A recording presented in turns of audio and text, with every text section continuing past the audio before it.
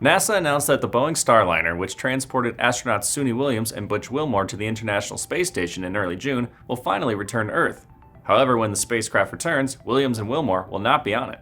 During the Starliner's trip to the ISS, Boeing and NASA discovered helium leaks and problems with the spacecraft reaction control thrusters.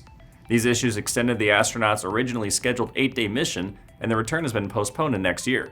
With the uncertainty surrounding the Starliner's abilities to safely return Williams and Wilmore, NASA announced that SpaceX will bring the astronauts home. They will fly back on a Dragon spacecraft as part of the SpaceX Crew 9 mission. NASA scheduled the mission to launch no later than September 24th, but Williams and Wilmore will continue supporting station research, maintenance, and other activities through February 2025. The New York Post reported that Boeing employees are frustrated by the decision and cited an anonymous Boeing worker who claimed that the Starliner could have brought the astronauts back safely. The source said NASA did not want to, quote, chance it, and went on to say, quote, they have their own PR issues and don't need 2 dead astronauts, but we didn't think that there would be dead astronauts. The Boeing worker added, quote, we have had so many embarrassments lately, we're under a microscope. This just made it 100 times worse. Boeing also apparently is not pleased that SpaceX will be the one to carry the astronauts back to Earth. We hate SpaceX, the anonymous employee said.